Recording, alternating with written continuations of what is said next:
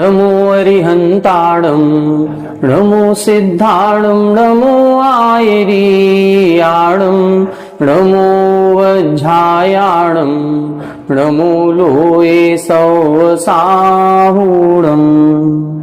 सिद्धं शुद्धं परमीय जिणिन्दवर्णेमि चन्दमकलङ्कं गुणरयणभूषणोदयं जीवस्य परुवणं वोच्छम्। 1008 श्री मूलनायक आदिनाथ भगवान की जय।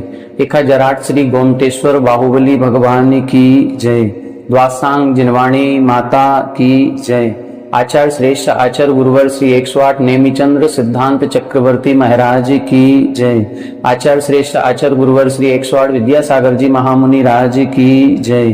तीर्थ चक्रवर्ती जगत पूज्य निर्यापक श्रमण मुनि पुंगव श्री 108 सुधा सागर जी महाराज की जय। समस्त मुनि संघ की जय।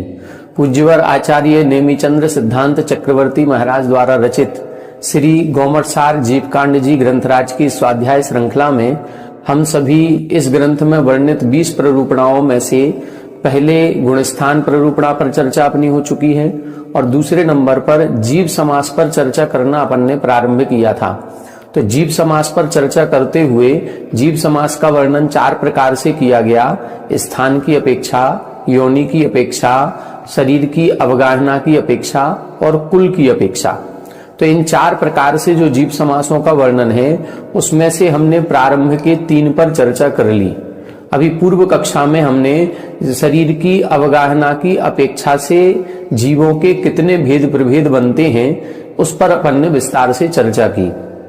कैसे उनकी अवगाहना बनती है, जगन अवगाहना किसकी, उत्कृष्ट अवगाहना किसकी, ऐसे 64 प्रकार के जीवों को अपन ने समझा था। अब आज की कक्षा में अगला जो क्रम है वो कुल का है। उस कुल की अपेक्षा से जीवों के कितने भेद प्रभेद होते हैं उस पर अपन चर्चा करेंगे। इसके पहले अपन ने योनि पर चर्चा की थी। योनि को बताया था कि जो जन्म का आधारभूत स्थान होता है उसको हम योनि स्थान कहते हैं और उस योनि के 2 प्रकार से भेद किए थे, आकार योनि और गुण योनि। आकार योनि के 3 भेद बताए गए थे और गुण योनि के 84 लाख योनियां बताई गई थी, जिसमें किस जीव के कितनी योनियां होती हैं उन सभी का वर्णन अपन ने पूर्व कक्षाओं में पढ़ लिया था। अब आज अपन कुल पर चर्चा करेंगे। कुल क्या कहलाता है? तो जन्म का जो आधार स्थान है उसको हमने योनि कहा और जिन नोकर्म वर्गणाओं से मिलकर के शरीर का निर्माण होता है उन नोकर्म वर्गणाओं की विभिन्न स्वरूपों को यहां कुल रूप से परिभाषित किया गया है। सामान्य रूप से अपन जो समझते हैं वो ऐसा लगता है कि योनि स्त्री जाति से संबंधित है और कुल पुरुष जाति से संबंधित है। तो जिन नोकर्म वर्गणाओं से वो योनि स्थान बनता है वो स्त्री जाति से संबंधित होने चाहिए और जिन नोकर्म वर्गणाओं से शरीर का निर्माण होता है वो पुरुष जाति से संबंधित होना चाहिए। हो सकता है ये अर्थ कहीं दिया हुआ हो। अभी तो हमको ये अर्थ प्राप्त हुआ है कि योनि जन्म का आधारभूत स्थान होता है और इस योनि स्थान के आधार पर ही जन्म होता है। और दूसरा जो कुल के बारे में प्राप्त हुआ वो ये लिखा गया है कि जो शरीर हमारा निर्माण होता है उस शरीर के निर्माण में जो कारणभूत नोकर्म वर्गणाएं हैं उन नोकर्म वर्गणाओं के विभिन्नताओं को, उनके जितने भी रूप पाए जाते हैं उनको हम कुल कहते हैं। ये कुल टोटल कितने होते हैं? ये 199 लाख करोड़ होते हैं। देखो योनियां मात्र 84 लाख है लेकिन इनकी कुलों की संख्या करोड़ों में कही गई। वो भी करोड़ों में कितनी? 199 लाख करोड़। अपन सभी लोग जो बृहद प्रतिक्रमण पढ़ते हैं उस बृहद प्रतिक्रमण में भी ये शब्द पढ़ने को आता है कि 199 लाख करोड़ जो कुल कोटियां हैं उनमें जो हमने जीव की आराधना की हो तो हमको उसकी क्षमा प्रार्थी के रूप में तस्मिच्छामि दुक्कडम अपन बोलते हैं। यहां पर एक थोड़ी सी विभिन्नता देखने को मिली कि इसमें 2 मत हैं आचार्यों के। एक मत तो ये है जो कहता है कि 199 लाख करोड़ कुल कोटि होती हैं और दूसरा मत है वो कहते हैं कि 199 नहीं है 197 लाख करोड़ होते हैं। ये 2 लाख करोड़ कहां कम हो जाएंगे? तो ये मनुष्यों की संख्या में इधर इन्होंने कम किए। मनुष्यों की संख्या एक मत के अनुसार 14 लाख करोड़ है और दूसरे मत के अनुसार 12 लाख करोड़ होती है। जहां 14 लाख करोड़ होगी वहां 199 लाख करोड़ हो जाएंगे और जहां 12 लाख होगी वहां पर 197 लाख करोड़ हो जाते हैं। अब कौन से जीव के कितने लाख करोड़ कुल होते हैं, इसके लिए इधर इन्होंने 4-5 गाथाएं लिखी हैं। आज की कक्षा में हम उन 4-5 गाथाओं का अध्ययन करेंगे। आइए देखें गाथा नंबर 113।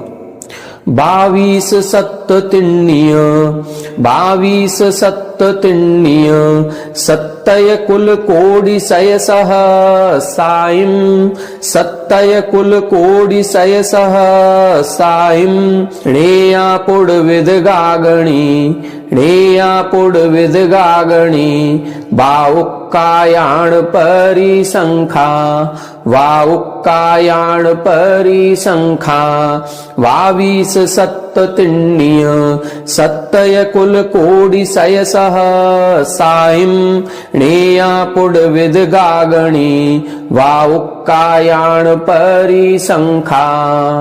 देखें, अब यहां पर इस कुल के संबंध में ज्यादा विस्तार से इन्होंने कोई चर्चा नहीं की। कुल किसे कहते हैं, कुल क्या कहलाता है, इसके संबंध में आचार्य नेमिचंद सिद्धांत चक्रवर्ती महाराज ने कोई भी गाथा नहीं लिखी। जो 4-5 गाथाएं लिखी हैं उनमें जीवों के कुलों की केवल संख्या बताई गई है। बस उस संख्या को अपन सभी लोग यहां पर पढ़ेंगे। देखें, यहां पर सबसे लास्ट में लिखा है पहली लाइन में कोडि सय सहस्राइम। सय, सय का मतलब होता है 7, सहस्र का मतलब होता है 1000। 7,000 यानी 100,000। 100,000 का मतलब क्या हुआ? 1 लाख। अपन लोग काउंटिंग करें 90,000, 91,000, 92,000, ऐसे करते करते 99,000 और 99,000 के बाद एक और जोड़ दें तो क्या हो जाएगा? 100,000। तो सामान्य से अपन लोग 1 लाख बोलते हैं, लेकिन वो संख्या वास्तविकता में कितनी है? 99 से एक ऊपर हुआ तो 100,000 हो गया, जिसको हम लाख बोल देते हैं। तो इधर क्या करना है? सय सहस्राइम का मतलब 100,000, जिसका मतलब क्या है? लाख। और फिर साथ में लिखा है कोडि यानी करोड़। तो ये लाख करोड़ शब्द सभी में जुड़ेगा। लाख करोड़ शब्द सभी संख्याओं में अपन को जोड़ना है। सबसे पहले क्या लिखा? 22 यानी 22, फिर सत्त यानी 7, फिर तिन्नी, तिन्नी यानी 3 और फिर सत्त यानी 7। तो पहले 22, फिर 7, फिर 3, फिर 7। ये कुल होते हैं। कितने होते हैं? कोडि सय सहस्राइम, कोटि शत सहस्र यानी लाख करोड़ होते हैं। कैसे निकलेगा? 22 कोडि सय सहस्राइम, 22 लाख करोड़। 7 कोडि सय सहस्राइम, 7 लाख करोड़। तिन्नी कोडि सय सहस्राइम, 3 लाख करोड़। और फिर लिखा सत्त कोडि सय सहस्राइम यानी 7 लाख करोड़। अब ये कैसे लगाएं किन जीवों के? तो क्रम से देखें। णेया यानी जानना चाहिए। किसके जानना चाहिए? पुड। पुड का मतलब क्या हुआ? पृथ्वी का एक। तो पृथ्वी का एक के क्रम से 22 लाख करोड़। फिर लिखा है विदक मतलब उदक। उदक का मतलब क्या हुआ? जल। तो जल का एक के सत्त यानी 7 लाख करोड़। और फिर आगणी, आगणी का मतलब अग्नि। अग्नि से तिन्नी कोडि सय सहस्राइम यानी 3 लाख करोड़। और फिर लिखा है वायुकायाणाम, और वायु कायकों के 7 लाख करोड़ परिसंख्या, ये इनकी संख्या होती है।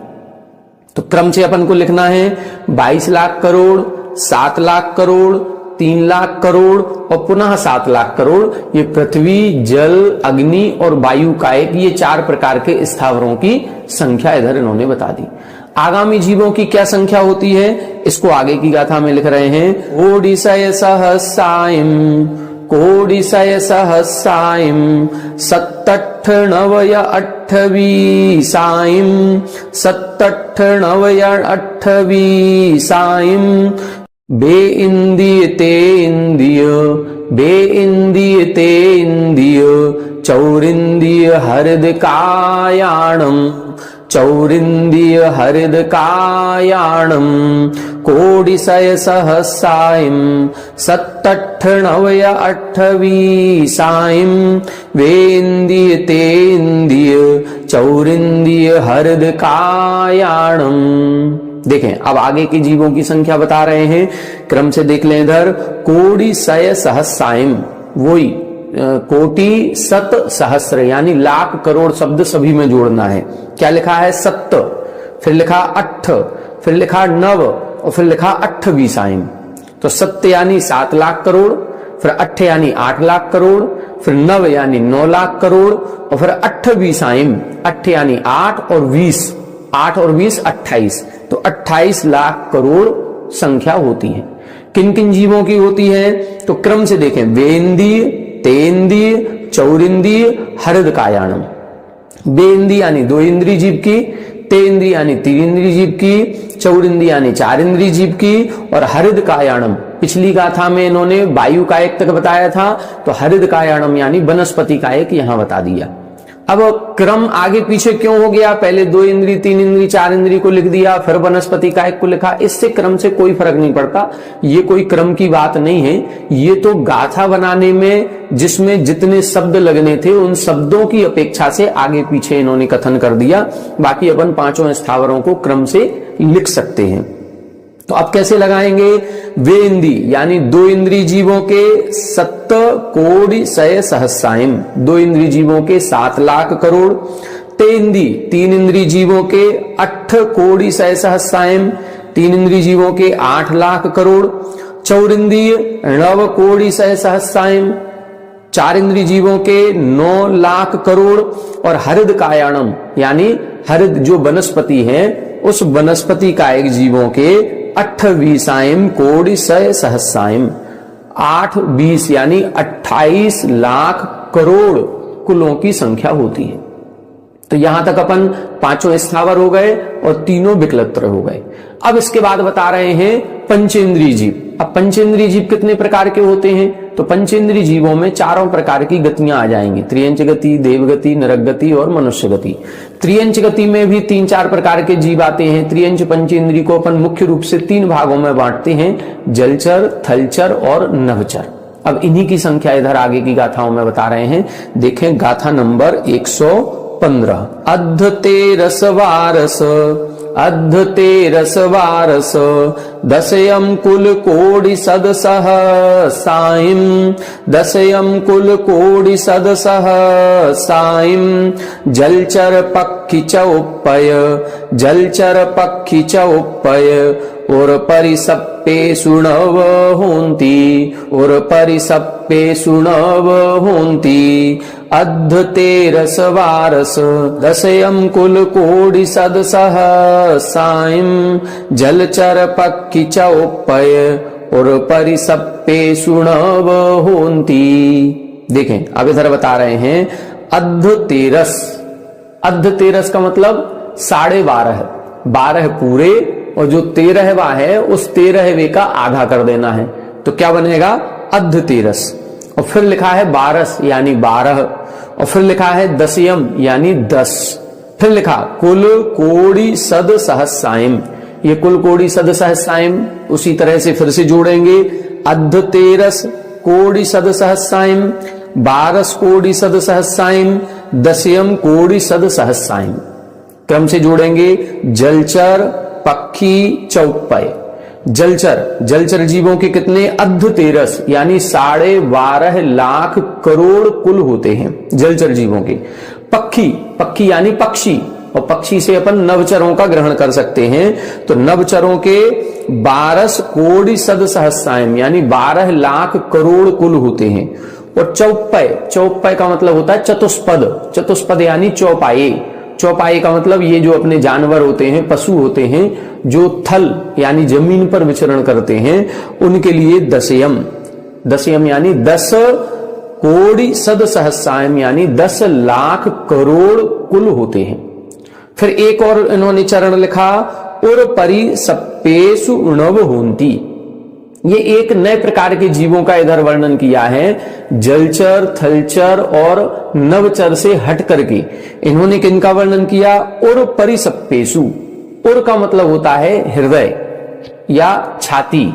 तो जो जीव छाती के बल रेंग करके चलते हैं, तो ऐसे जो रेंगने वाले जीव होते हैं, जिनको हमें ऐसा लगता है विज्ञान की भाषा में सरीसृप वर्ग का कहते हैं, जिसमें सांप भी आ जाते हैं, छिपकली भी आ जाती है, या अन्य कोई जीव जो पेट के बल, छाती के बल रेंग करके चलते हैं, ऐसे जीवों को इन्होंने जलचर, थलचर और नवचर से अलग हट करके एक श्रेणी बनाई है और उसमें लिखा नवहोंती। इनके 9 लाख करोड़ कुल की संख्या बताई गई है। तो इस प्रकार से इस गाथा में इन्होंने जलचर जीव, थलचर जीव, नवचर जीव और त्रियंचों में एक और अलग क्वालिटी इन्होंने बताई है, जो सरीसृप वर्ग जिसको अपन कह सकते हैं, वो जीवों की क्रम से 12.5 लाख करोड़, 12 लाख करोड़, 10 लाख करोड़ और 9 लाख करोड़। अब इसके बाद पंचेंद्रीय जीवों में किसकी बात आएगी? अब बचे त्रियंच भी हो गए, अब बचे देव, नारकी और मनुष्य। उनके लिए अगली गाथा लिखी, छप्पंचाधियवीसम, छप्पंचाधियवीसम, 12 कुल कोटि सदसह साइम, 12 कुल कोटि सदसह साइम, सुर्णेरय्यणराणम, सुर्णेरय्यणराणम, जहाकमं होन्तिणेयाणि, जहाकमं होन्तिणेयाणि, छप्पंचाधियवीसम, 12 कुल कोटि सदसह साइम, सुर्णेरय्यणराणम, जहाकमं होन्तिणेयाणि। देखें इधर बता रहे हैं छप पंचाधियवीसम। छप यानी 6, पंच यानी 5, अधिय, अधि का मतलब अधिक करना है। किससे अधिक करना है? बीसम यानी 20 से अधिक करना है। 20 में एक बार 6 को जोड़ेंगे और 20 में एक बार 5 को जोड़ेंगे, तो 20 में 6 जोड़े तो कितने हो गए? 26, और 20 में 5 जोड़ेंगे तो 25। फिर लिखा 12 कुल कोटि सद सहस्रायम। 12 यानी 12, कुल ये कुल होते हैं, कोटि सद सहस्रायम वही लाख करोड़। अब ये लाख करोड़ को सभी में जोड़ लें, 6 अधिक 20 मतलब 26 लाख करोड़, फिर 5 अधिक 20 25 लाख करोड़, और फिर 12 लाख करोड़ यानी 12 लाख करोड़। अब किनके होते हैं ये कुल? सुर, णेरय्य, णराणम। सुर यानी देवता, णेरय्य यानी नारगी और णराणम यानी मनुष्यों के। अब क्रम से लगाएंगे, देवताओं के 26 लाख करोड़, नारकियों के 25 लाख करोड़ और मनुष्यों के 12 लाख करोड़। ऐसे जहा कमम होन्तिणेयाणि, ये यथाक्रम से होते हैं, ऐसा जानना चाहिए। तो यहां तक इन 4 गाथाओं में इन्होंने सभी प्रकार के जीवों के कुलों की संख्या बता दी। अब ये इन कुलों की टोटल कितना होगा? तो इनका टोटल होगा 197 लाख करोड़। 97 क्यों हो गए? क्योंकि इन्होंने मनुष्यों के 12 लिखे हैं। बाकी अन्य ग्रंथों में मनुष्य के 14 भी प्राप्त होते हैं। जहां 14 प्राप्त होते हैं वहां पर क्या हो जाएगा? 199 लाख करोड़ होते हैं। अब अपन को क्या करना है? इन सबकी काउंटिंग करनी है, और काउंटिंग करने के बाद इनको जोड़ना है, एक चार्ट बनाना है, और चार्ट बनाने के बाद इनको याद करने की कोशिश करें। यदि याद हो जाते हैं तो बहुत अच्छा है, नहीं हो पाते हैं तो कम से कम एक बार इनकी संख्या तो लिख ही लें कि कौन से जीवों के कितने प्रकार के कुल होते हैं। एक गाथा और देखेंगे, फिर अपन इसका एक चार्ट बनाएंगे, कैसे इनका चार्ट बनेगा। ए आय कोडि कोडि, ए आय कोडि कोडि, 97 सदसह साइम, 97 सदसह साइम, पन्नम कोडि सहस्सा, पन्नम कोडि सहस्सा, सवंगीणम कुलाणम य, सवंगीणम कुलाणम य, एयाय कोडि कोडि, 97 सदसह साइम, पन्नम कोटि सहस्सा सौवंगीणम कुलाणम य। अब देखें इधर बता रहे हैं एआय कोटि कोटि, 1 करोड़ करोड़ यानी 1 कोड़ा कोड़ी। 1 करोड़ में जब 1 करोड़ का मल्टीप्लाई या गुणा करते हैं तब 1 कोड़ा कोड़ी बनता है। तो 1 कोड़ा कोड़ी पूरा हो गया। फिर इसके बाद क्या कह रहे हैं, सत्ताणौदी। सत्तनौदी, सत्य यानी 7 और नौदी यानी 90। 90 और 7 कितना हो गया, 97। तो 1 कोड़ा कोड़ी तो पूरा हो गया। 1 कोड़ा कोड़ी का मतलब 100 लाख करोड़। देखो 1 लाख अपने पास संख्या है और 1 लाख से अपन आगे बढ़ेंगे। 10 लाख हो गए, 20 हो गए, 50 हो गए, 90 हो गए। अब 90 लाख के बाद 99 लाख और 99 लाख के बाद एक और मिलाएं तो कितना होगा, 100 लाख। तो हम लोग 100 लाख को क्या बोलते हैं, 1 करोड़। हम 100 लाख नहीं बोलते। जैसे हमने बताया अपन 100,000 नहीं बोलती। 100,000 को क्या बोलेंगे, 1 लाख। और इसी तरह से 100 लाख को क्या बोलते हैं, 1 करोड़। तो इधर ये बता रहे हैं इन कुलों की जब संख्या देखेंगे तो सभी में लाख करोड़ शब्द जोड़ा था। किसी में 25 लाख करोड़, किसी में 26 लाख करोड़, किसी में 28 लाख करोड़। तो जब ऐसी संख्या का टोटल करेंगे तो 100 लाख करोड़ से भी ज्यादा है। और जब 100 लाख कर देंगे तो 1 करोड़ हो गया। करोड़ शब्द तो हम पहले से लगा ही रहे थे, तो 1 करोड़ करोड़ हो गया। 1 करोड़ करोड़ का मतलब 1 कोड़ा कोड़ी। अब 1 कोड़ा कोड़ी के ऊपर कितना हो रहा है, तो 97, 97। नौदी का मतलब 90 और सत्य का मतलब 7। 7 और 90 कितने हो गए, 97 सद सहस्रायन। सद सहस्रायन का मतलब लाख।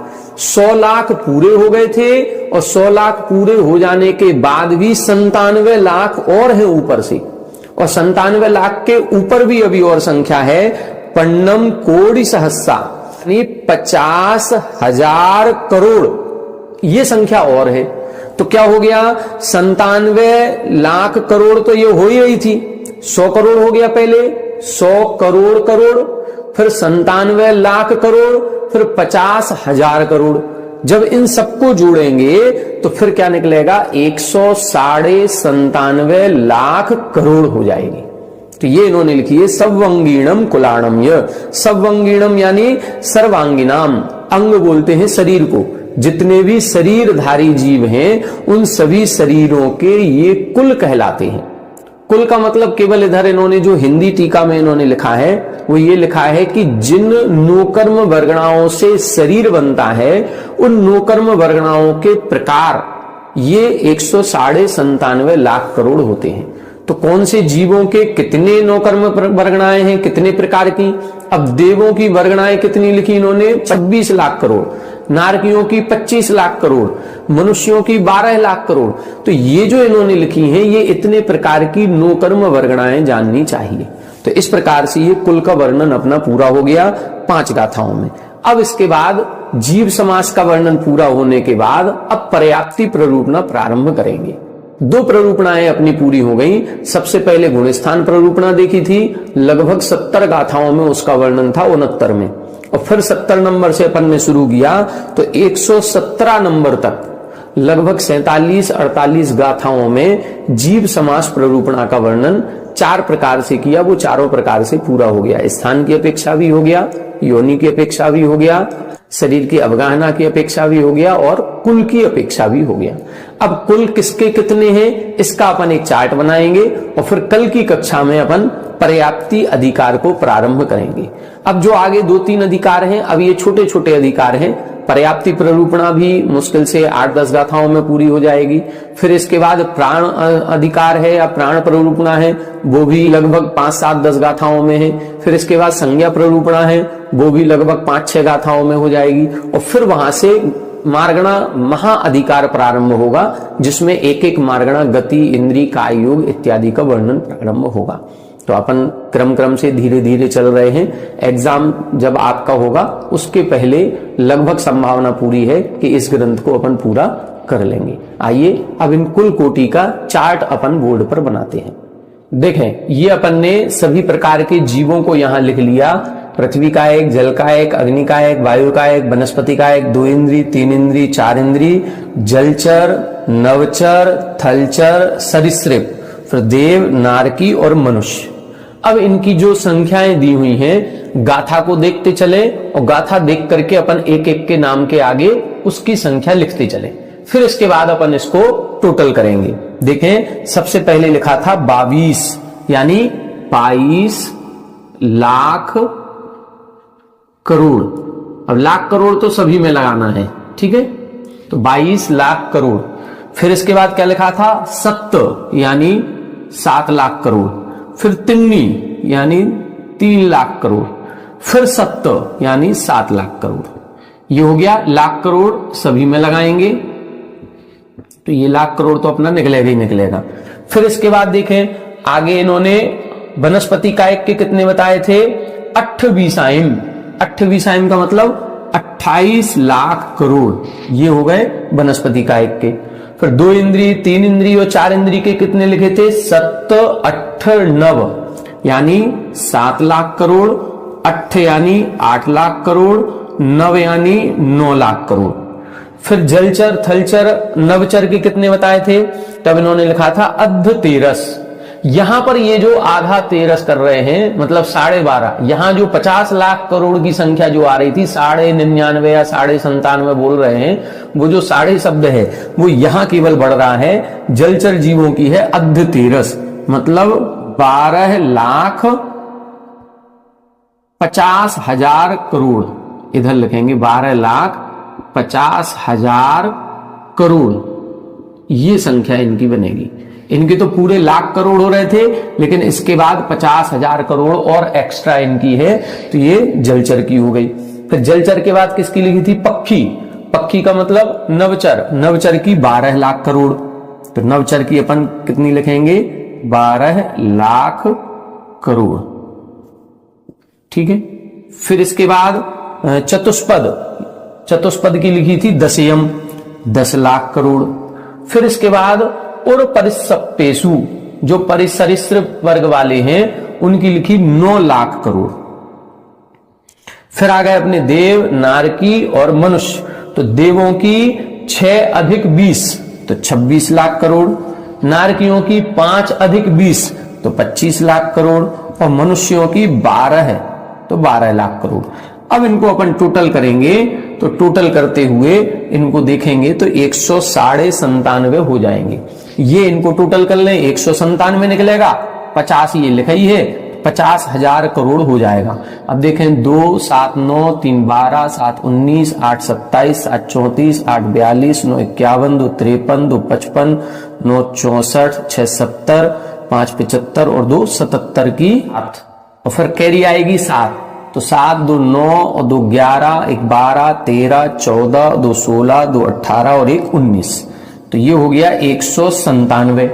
अब 197 लाख के बाद क्या है? 50,000 और है, तो 197 लाख 50,000। ये 197 लाख 50,000 लिख लिया। अब इसके बाद है करोड़, तो करोड़ में कितनी बिंदी होती हैं? 7 बिंदी और होंगी, तो इसके आगे 7 बिंदी और रखते हैं, 1, 2, 3, 4, 5, 6 और 7। इस प्रकार से ये संख्या अपनी इधर बनेगी। कुल टोटल कितनी बिंदी आ जाएंगी? जो संख्या अपनी लिखी है 1975, 1975 के बाद गिनती गिनेंगे तो 1, 2, 3, 4, 5, 6, 7, 8, 9, 10, 11 बिंदी और आएंगी। इस प्रकार से ये 197 लाख करोड़ कुलों की संख्या सभी जीवों की निकल आती है। इस चार्ट को आप लोग भी बना लें और याद करने का प्रयास करें। याद हो जाए तो ठीक है, नहीं है तो कम से कम एक बार अभ्यास जरूर करें। अब ये जो कुल कोटि समझने के बाद अब अगली प्ररूपणा है अपनी पर्याप्ति प्ररूपणा। अब इस पर्याप्ति प्ररूपणा का वर्णन अपन कल से प्रारंभ करेंगे। इस पर्याप्ति प्ररूपणा में जो अपन ने अभी जीव समास में 2 शब्द देखे थे, पर्याप्तक, अपर्याप्तक, इन दोनों की चर्चा आएगी। अपर्याप्तकों के 2 भेद करते हैं, लब्ध पर्याप्तक, निर्वृत्त पर्याप्तक, इनकी चर्चा आएगी। पर्याप्तियां 6 होती हैं, तो जो 6 पर्याप्तियां हैं वो क्या कहलाती हैं, कैसे उनमें शक्ति की प्राप्ति होती है, कैसे ये 6 पर्याप्तियां पूर्ण होती हैं, कौन से जीवों के कितनी पर्याप्तियां पूर्ण होती हैं, ये सारा प्रसंग अब आगामी गाथाओं में अपन को पढ़ने को मिलेगा, जिसको अपन कल की कक्षा में देखेंगे। आज की कक्षा में इतना ही। आप सभी हमारे साथ बने रहें। सभी को जय जिनेन्द्र।